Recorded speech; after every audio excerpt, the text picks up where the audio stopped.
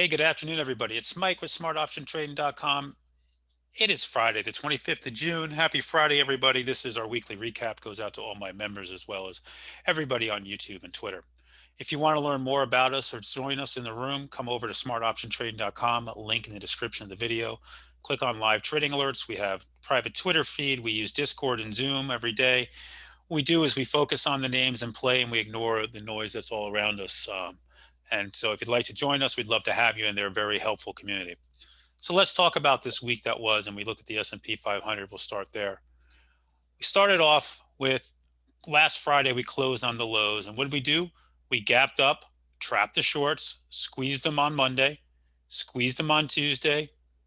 All right. On Wednesday, all right, we gave a very, very nasty type candle here, closed again on the lows. And then what do we do? Again, gapped up, gapped over the previous day's high, trapping the shorts yet again.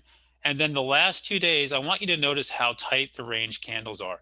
As we're sitting here today on the S&P 500, we are trading in about a 90-cent range. This is incredibly tight, right? This is very, very tight. There's very little action going on here. What that means is you need to tighten up your trading and just focus on the names that be. But overall, a good week, all-time highs for the S&P 500.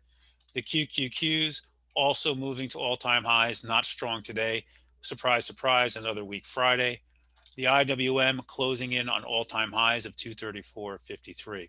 So bottom line is the market remains strong here as we move forward. What else we got going on out there? The financials finally got a bounce after a little bit of carnage. They all passed their stress test. That means they are all now able to do buybacks and dividends. They no longer need to get the SEC's approval. They are now free to do this on their own at will as much as they want, as long as they keep passing their stress tests like they are and maintain certain levels. So earnings coming in 2 weeks, watch for announcements on that, on the banks. The one I really want to watch there is Wells Fargo, because Wells Fargo has been by far the weakest of the banks and has not been able to do this because of problems, buybacks, and divvies. So this could be the first time we've seen one in a while. This will be interesting to watch. Energy still holding in, but cooling its jets. For you guys following Bitcoin, and we follow it only because it moves names, Bitcoin tried to break free, broke down below 29,000, looked like it was going to dump. Kick save came in, and now it's just here in another weak cycle, not going anywhere. My thought process, if Bitcoin does lose this 29,000 area, the next area to watch is 24 to 25 on Bitcoin. All right, so that continues to be weak there. So what about this week? When you look at the week that was, it was not the easiest week to navigate, but if you focused on names, names paid. We'll tighten this up a little bit to see the action. On X, we had flow on Monday, didn't go anywhere, not much happened with it.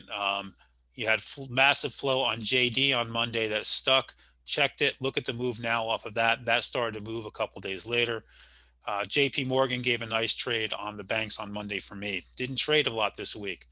On Tuesday, caught Fubo for a beautiful trade out of the gate.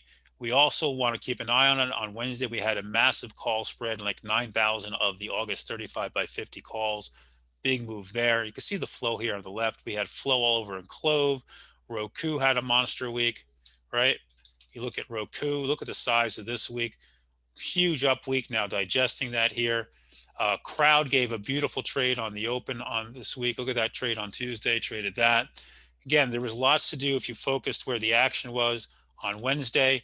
On Wednesday, Clove had a big move. Great action in that one.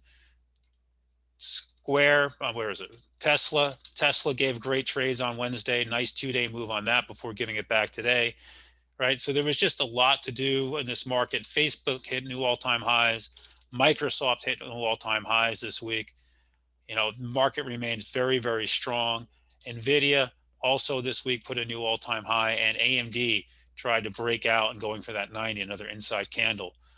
Today has been a little bit choppier and much tougher, and a lot of things not moving. This space move was incredible. Watch for an offering here, right? If I'm the CEO, the CFO, I'm going to the CEO. We need to do an offering now and take advantages to shore up our balance sheet, and we're going to need cash for going into production. Other than that, today it's been a pretty quiet day. My trade was on Netflix. Got a little lucky there, made a lot of money on the open. Nice gap up on that upgrade, but couldn't go anywhere but holding in.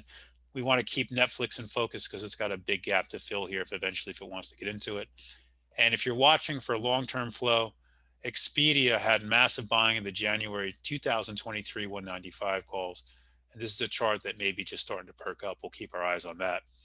Bottom line is the market remains bullish. We're going into a holiday week period and we're dead in summer. Expect lower volume and we'll see where we go from here. I hope everybody's doing great and fabulous. Have a great weekend. I'll try to get some charts up for you guys and I'll catch everybody in the room on Monday.